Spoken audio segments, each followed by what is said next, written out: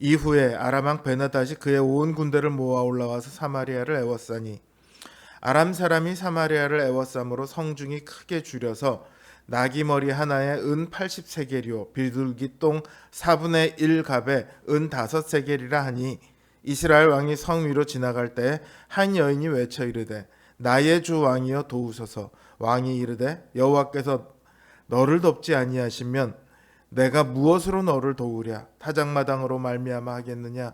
포도주 틀로 말미암아 하겠느냐 하니라. 또 이르되 무슨 일이냐 하니 여인이 대답하되 이 여인이 내게 이르기를 내 아들을 내놓아라. 우리가 오늘 먹고 내일은 내 아들을 먹자 하매 우리가 드디어 내 아들을 삶아 먹었더니 이튿날에 내가 그 여인에게 이르되 내 아들을 내놓아라. 우리가 먹으리라 하나 그가 그의 아들을 숨겼나이다 하는지라. 왕이 그 여인의 말을 듣고 자기 옷을 찢으니라. 그가 성 위로 지나갈 때 백성이 본즉 그의 속살에 굵은 배를 입었더라. 왕이 이르되 사밧의 아들 엘리사의 머리가 오늘 그 몸에 붙어 있으면 하나님이 내게 벌 위에 벌을 내리실지로라 하니라. 아멘.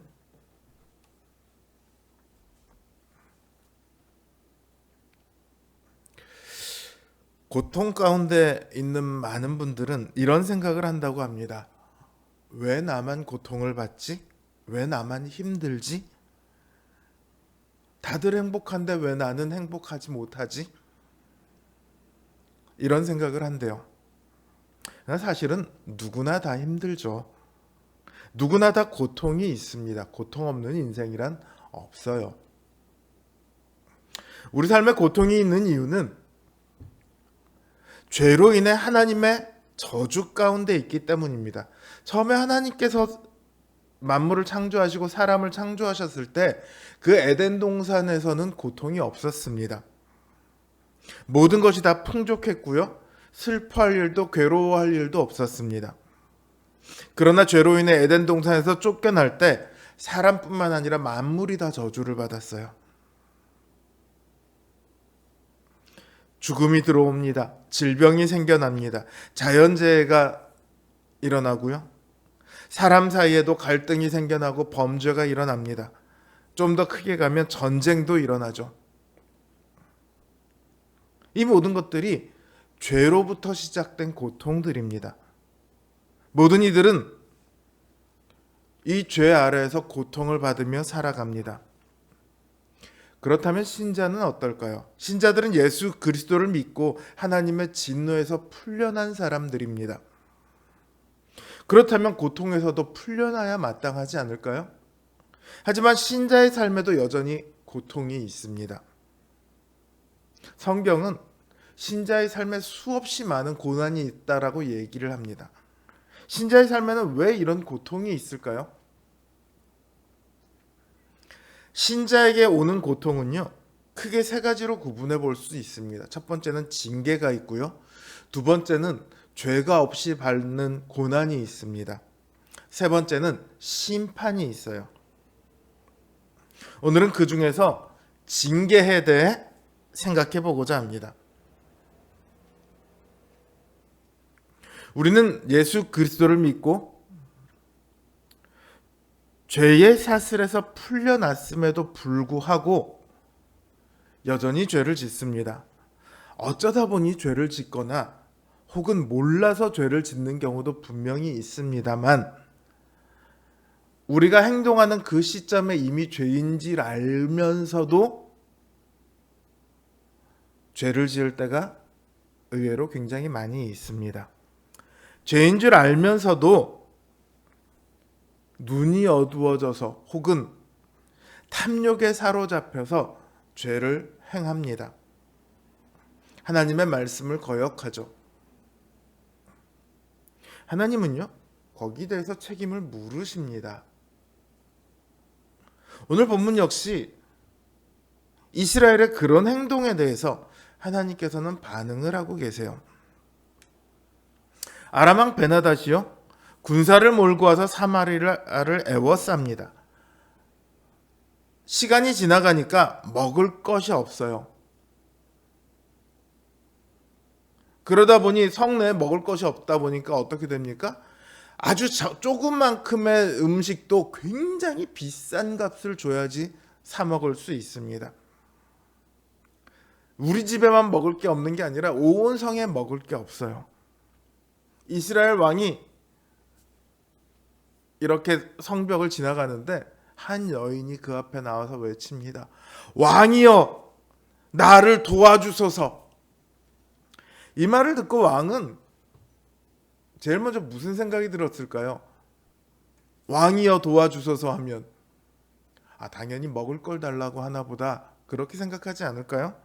근데 왕이 뭐라고 하냐면, 내가 너를 어떻게 도울 수 있겠느냐, 내 타작마당에도 먹을 게 없고 내 포도주 틀에도 포도주가 없으니 내가 너를 어떻게 도울 수 있겠느냐, 여호와가 아니면 나는 너를 도울 수가 없다, 이렇게 말을 합니다. 이 말을 보면 이 왕이 여호와 하나님을 의지하는 것 같잖아요. 그게 아니에요. 왜 그게 아니라고 말하냐 하면 이 다음을 보시면 압니다. 왕이 무슨 일이냐고 물어요. 여인이 말합니다. 지금 먹을 게 없으니까 옆집 여인이 와서, 야, 오늘은 네 아들 잡아먹고 내일은 내 아들 잡아먹자. 그래? 좋아. 그러고 오늘 내 아들을 잡아먹었어요. 다음 날이 됐어. 이제 배가 고프니까 그 여인의 아들을 잡아먹을 차례가 됐죠. 야, 네 아들을 데려와라. 우리가 잡아먹자. 그랬더니 그 여인을 숨기고 그 여인이 아들을 숨기고 내놓지를 않아요. 이게 억울하고 분해서 지금 왕 앞에 나온 거예요.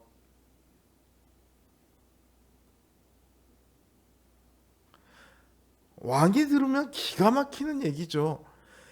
그 여인이 지금 거짓말을 했든지 사기를 쳤든지 그게 중요한 게 아니잖아요. 자기의 아들들을 잡아먹었다는 게 제일 큰 문제 아닙니까? 자식을 잡아먹어 놓고는 왕에게 와서 한다는 소리가, 저 여인이 나한테 사기쳤어요, 이러고 있죠. 왕이 분노해서 자기 옷을 찢습니다. 분노해야죠. 누구한테 분노해야 됩니까? 그 여인한테 분노해야 되나요? 근데 이 왕이 누구한테 분노하냐면 뭐라고 말합니까? 엘리사의 머리가 오늘 그 몸에 붙어 있으면 하나님이 내게 벌 위에 벌을 내리실지로다. 엘리사를 죽이겠다는 거예요. 왜 엘리사를 탓합니까? 엘리사가 병사를 놓아줘서 아람 왕이 그 병사를 끌고 왔다, 이렇게 생각한 것 같아요. 사실은 그렇지 않은데, 게다가 엘리사가 자신의 생각대로 말하는 사람이 아니잖아요. 엘리사가 놓아주라고 했으면 그건 사실 하나님께서 하신 말씀이죠. 지금 이스라엘 왕이 사마리아의 고통을 엘리사 탓을 하는 것은요, 사실은 하나님 탓을 하는 거예요.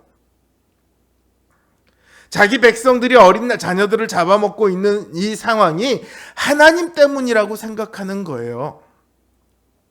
그러니까 하나님께서 도우시지 않으면 내가 어찌 너를 돕겠느냐, 이 말은 하나님을 의지하는 발언이 아니라 이 문제가 하나님으로부터 시작됐으니까 하나님이 해결해야 된다, 이 얘기예요. 하나님을 원망하는 얘기죠. 근데 이게 정말 하나님 때문입니까? 이 고통이 하나님으로부터 왔습니까? 신명기 28장에서 57절을 보면요, 이미 이 상황이 예언되어 있어요. 적군에게 애워싸이고 맹렬한 공격을 받아 곤란을 당함으로 하나님께서 주신 자녀의 살을 먹을 것이고 그 자녀의 살을 누구에게도 주지 않을 것이다, 이렇게 말하고 있어요. 어떻게 하면 이렇게 될 거다라고 말하냐면, 하나님과의 언약을 지키지 않으면 이렇게 될 거다.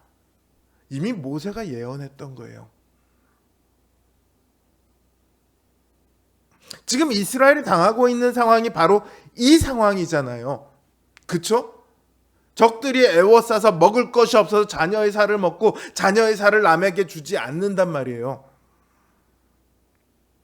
그러면 이 고통의 이유가 뭐라고요? 그들이 언약을 지키지 않아서요. 이스라엘이 언약을 지키지 않았습니다. 이스라엘 왕도 그 백성들을 언약으로 이끌지 않았습니다. 그럼에도 이스라엘 왕은 자신의 죄가 아니라 오히려 하나님을 탓을 하고 엘리사 탓을 하고 있습니다. 고통이 하나님으로부터 왔다며 하나님을 원망합니다. 하나님의 사람인 엘리사를 죽이려고 합니다. 마치 엘리사를 죽여 없애면 이 고통이 끝나기라도 할 것처럼 엘리사를 죽이려고 굴고 있습니다. 하나님께서 행하신 이 일은요, 이스라엘에게 주신 징계입니다. 징계는 매를 들어서 그 행동을 고치기 위한 사랑의 행위예요. 그래서 히브리서는 징계를 당하는 자는 하나님의 자녀다라고 말을 해요. 징계가 없으면 하나님의 자녀가 아니라고 말을 합니다. 하나님께서는 이 일을 통해서 이스라엘 왕과 이스라엘이 죄를 뉘우치고 다시금 하나님께로 돌아와 언약을 지키기를 원하고 계시는 거예요.